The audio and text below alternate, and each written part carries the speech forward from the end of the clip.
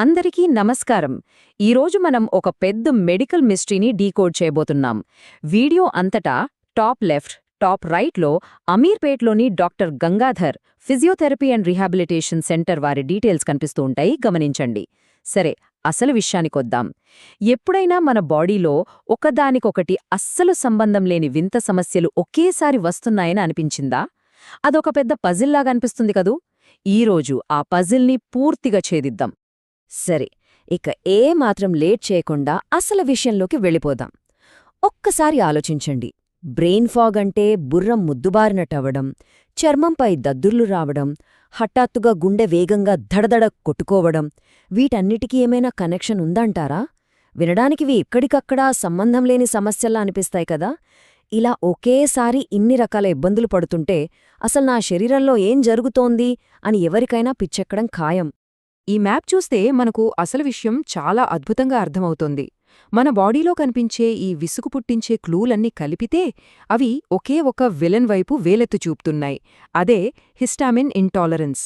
ఇదసలు మన బాడీ అంతటా ఎలా స్ప్రెడ్ అవుతోంది, ఏ ఏ భాగాలపై ఎలా అటాక్ చేస్తోంది అనేది ఇప్పుడు మనం సిస్టమాటిక్గా చూద్దాం. సో ముందుగా మన బాడీలో టాప్ నుంచి స్టార్ట్ చేద్దాం. తల మరియు నాడీ సంబంధిత లక్షణాలు ఎలా ఉంటాయో చూద్దాం. ఇక్కడ అత్యంత ఆసక్తికరమైన విషయం ఏమిటంటే ఈ లక్షణాలు కనిపించే టైమింగ్. చాలామందికి ఏదైనా తిన్న వెంటనే లేదా కరెక్ట్గా ఒక గంటలోపే తీవ్రమైన తలనొప్పి వస్తుంది, లేదా మైగ్రేన్ స్టార్ట్ అవుతుంది. అలాగే ఆలోచనలు మందగించడం, బ్రెయిన్ ఫాగ్ లాంటివి కూడా సరిగ్గా భోజనం చేసిన తర్వాతే మొదలవుతాయి.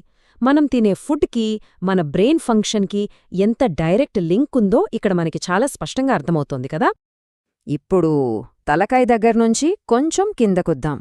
చర్మం మరియు హృదయ సంబంధ ప్రతిచర్యలు ఎలా ఉంటాయో ఇక్కడ గమనిద్దాం. చూడండి, బయట చర్మం పైన సడన్గా ఎర్రబడటం, దద్దుర్లు రావటం లేదా విపరీతమైన దురద రావటం లాంటివి కనిపిస్తాయి. అయితే ఇక్కడ లోపల ఇంకో రకమైన సిస్టమ్ నడుస్తుంటుంది.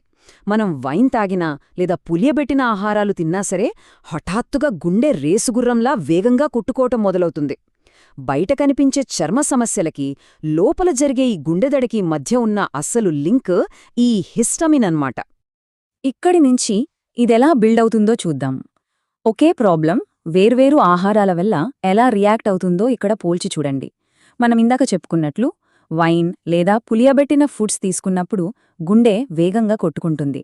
అదే ఇతర హై హిస్టామిన్ ఉన్న ఆహారాలు తిన్నప్పుడు దానికి పూర్తి భిన్నంగా కడుపు ఉబ్బరం లేదా కడుపులో తిమ్మిరి వస్తుంది. అంటే లోపలున్నది ఒకటే కారకం, కానీ ట్రిగ్గర్ని బట్టి లక్షణాలు పూర్తిగా మారిపోతున్నాయి. సరే, ఇక మన జీర్ణ వ్యవస్థపై అలాగే దైహిక ప్రభావం అంటే మొత్తం సిస్టంపై ఇది ఎలా ఎఫెక్ట్ చూపిస్తుందో విశ్లేషిద్దాం. ఇక్కడ ఈ ముఖ్యమైన ఫ్యాక్ట్స్ గమనించండి. హై హిస్టామిన్ ఉన్న ఆహారం తినగానే కడుపు ఉబ్బరం, తీవ్రమైన నొప్పి రావడం అనేది చాలా కామన్. అంతేకాదు, వికారం, మోషన్స్ అవ్వడం లేదా యాసిడ్ రిఫ్లక్స్ అంటే తిన్నది పైకి తన్నుకు రావడం లాంటి జీర్ణకోశ సమస్యలు రోగులను ఓ రేంజ్లో ఆడుకుంటాయి.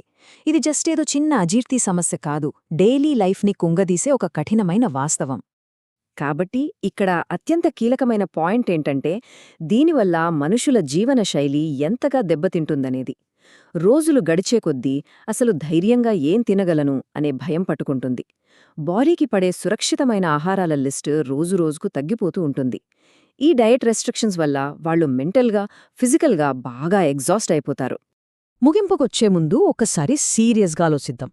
అసలు ఈ సిమ్టమ్స్ అన్నీ ఒకదానికొకటి లింక్ అయి ఉన్నాయని తెలియకుండా, తమకు ఏమైందో అర్థంకాక ఎంతమంది ఈ నిశ్శబ్ద పోరాటం చేస్తూ ఉండొచ్చు. బహుశా మన చుట్టుపక్కల తెలిసినవాళ్లు కూడా ఈ డాట్స్ అన్నీ కలపలేక, సరైన ఆన్సర్ దొరకాక ఎంతో ఇబ్బంది పడుతూ ఉండుండొచ్చు కదా. దేని గురించి మనం ఖచ్చితంగా ఆలోచించాల్సిన అవసరముంది. ఈ ఎక్స్ప్లైనర్ మీకొక మంచి క్లారిటీ ఇచ్చిందని ఆశిస్తున్నాను. ఇలాంటి మరిన్ని ఆసక్తికరమైన విషయాల కోసం లైక్ చేయండి, షేర్ చేయండి మరియు సబ్స్క్రైబ్ చేయడం అస్సలు మర్చిపోకండి.